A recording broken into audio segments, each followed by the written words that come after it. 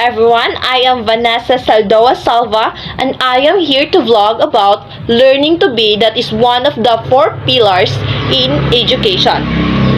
So the curriculum usually comprises the latter two, with the first often left to chance. In this vlog, I am going to briefly focus on how schools might actively address learning to be, especially for those students for whom the default position may be negative. So what are we talking about?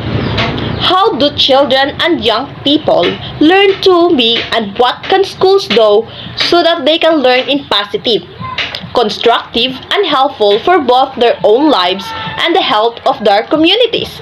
Nowadays, children do not fit in maybe the targets of bullying in school. Young people are often so busy doing they rarely have opportunities to reflect on being and becoming. May end up confused and increases about their identity. We ask students what they want to do to be or when they grow up, but rarely do they hear the question, who do you want to become? What sort of person do you want to be? We give children material goods and experience but do not find time to talk with them about gaining wisdom. It is not surprising that mental health is a growing concern across the Western world. It seems we are not paying sufficient attention to feeding the good wolf. So how can education help the next generation learn ways to be that enable young people to become their best selves, develop confidence in who they are, increase their chance of being resilient in the face of challenges, and come to a clear and positive identity that enhances their self-respect, positive qualities, and authentic well-being? Here are just a few of the possibilities. Strength based on language. Children who hear messages about themselves from people who are significant to them about their values and qualities will try and live up to these expectations. Deficit language, you are so naughty. You are just being lazy.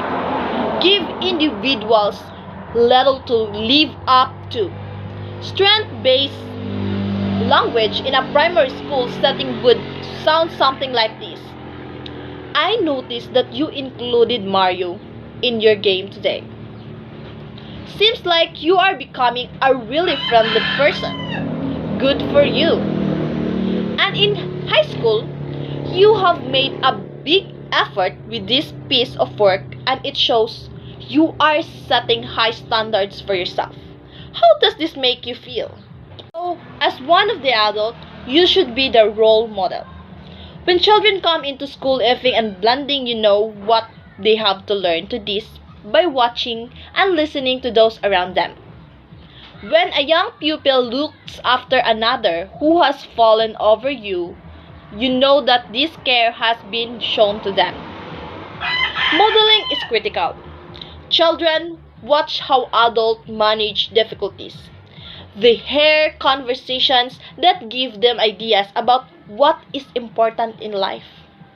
They observe how people treat others, and they have experiences that give them understanding and qualities such as empathy, respect, and fairness. Every adult in a school needs a high level of awareness of the models they are providing for learners. When a student hears an adult in a position of authority pick on or belittle someone, they learn that this is the way to be a leader. When they see someone empower another, this offers alternative, more positive way of being. So I have here another possibilities on enhancing their self-respect, positive qualities, and authentic well-being. So, social and emotional learning. A good self program provides young people with opportunities to reflect on major issues in their lives. Talk with others about alternative ways of being, role play situation, and use creative ways to think through solutions to challenges. Because young peoples need to come to their own decision about who they are going to be rather than just adopting positions that please others. It's rarely helpful to be didactic. We have to find ways that provoke the reflection and discussion but also inhibit opportunity to disclose person agendas. Social and emotional learning goals might include identifying personal values, understanding feelings, and how to work in the body. Learning to recognize when others attempt to manipulate emotion. Learning ways to build resilience. Thinking through decision making and what gives life meaning. So, social and emotional learning has been widely researched, and the evidence for its efficacy in promoting positive attitudes, pro-social behaviors, confidence, resilience, engagement, and academic outcome is formidable. So another possibility is the power of the positive. Although we are often given an economic rationale for happiness, the more you have, the happier you will be.